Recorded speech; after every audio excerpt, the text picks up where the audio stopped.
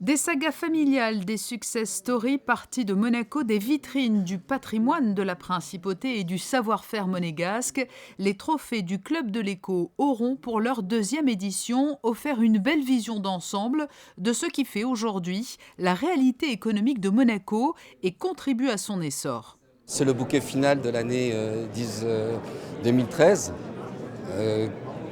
Vous allez avoir peut-être des surprises, car nous aimons bien distribuer des prix un peu décalés, originaux. Nous faisons une présélection de un peu plus de 100 entreprises, puis une deuxième sélection où il ne reste que 5 entreprises par secteur qui vont être remis, et ensuite le jury décide qui sera le lauréat de l'année. Il y a un bel échantillon des entreprises monégasques et je crois qu'en termes de taille, en termes d'innovation, en termes d'attitude sur les marchés export de conquête, je pense qu'on a un bon échantillon assez représentatif de la valeur des entreprises monégasques. Sur les 4000 entreprises que compte Monaco, 6 se sont vues remettre un trophée. Dans la catégorie internationale, c'est la société ESCO qui a été primée. ESCO fait rayonner la principauté à travers le monde. Cette société est spécialisée dans le secteur de la logistique et approvisionne notamment 50 000 casques bleus. Je suis touché, je suis surpris, franchement, parce que j'étais surpris de savoir d'être nommé et gagnant d'un trophée si prestigieux.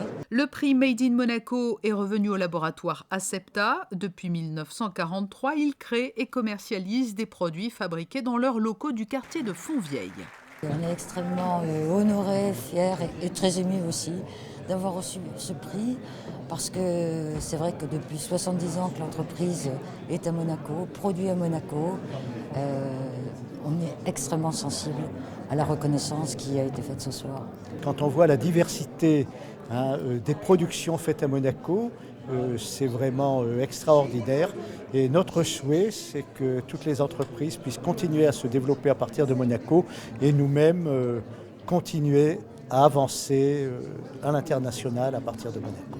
La Société des bains de mer a reçu le prix spécial du jury. Komodo, qui développe une nouvelle forme d'éolienne, s'est vu décerner le trophée du développement durable. Le jeune monégasque Erwan Grimaud, lauréat du trophée de l'innovation, a remercié le jury du Club de l'Écho en faisant voler dans la salle Eiffel de l'hôtel Hermitage l'un de ses drones. Les Giraudy, père et fils, ont quant à eux reçu leur trophée des mains du prince Albert II. Ils ont été récompensés dans la catégorie Manager de l'année, eux qui sont à la tête d'un groupe qui exporte chaque année 90 000 tonnes de viande et qui emploie à travers le monde plus de 340 salariés.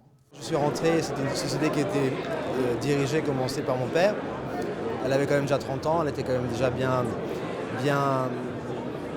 dans le marché, elle était assez connue, mais depuis les 20 dernières années, on a vraiment essayé de la développer à tous les niveaux, on s'est diversifié. Aussi bien dans la viande, on a essayé de devenir importateur, chose qu'aujourd'hui est chose faite. Puis évidemment, toutes les autres activités annexes, les restaurants, la mode. Bon, on n'a pas trop eu le temps de parler de mode parce que j'avais 30 secondes de temps, mais ça aussi, ça me prend beaucoup de temps. Ces trophées, qui ont donc pour objectif de mettre à l'honneur les talents et les entreprises de la principauté, trouvent un prolongement tout au long de l'année à travers les réunions du Club de l'Écho. Des rendez-vous qui sont autant d'occasions d'évoquer de grandes thématiques liées à l'économie de Monaco et dont les lecteurs de Nice Matin peuvent ensuite découvrir le compte-rendu dans les pages du quotidien.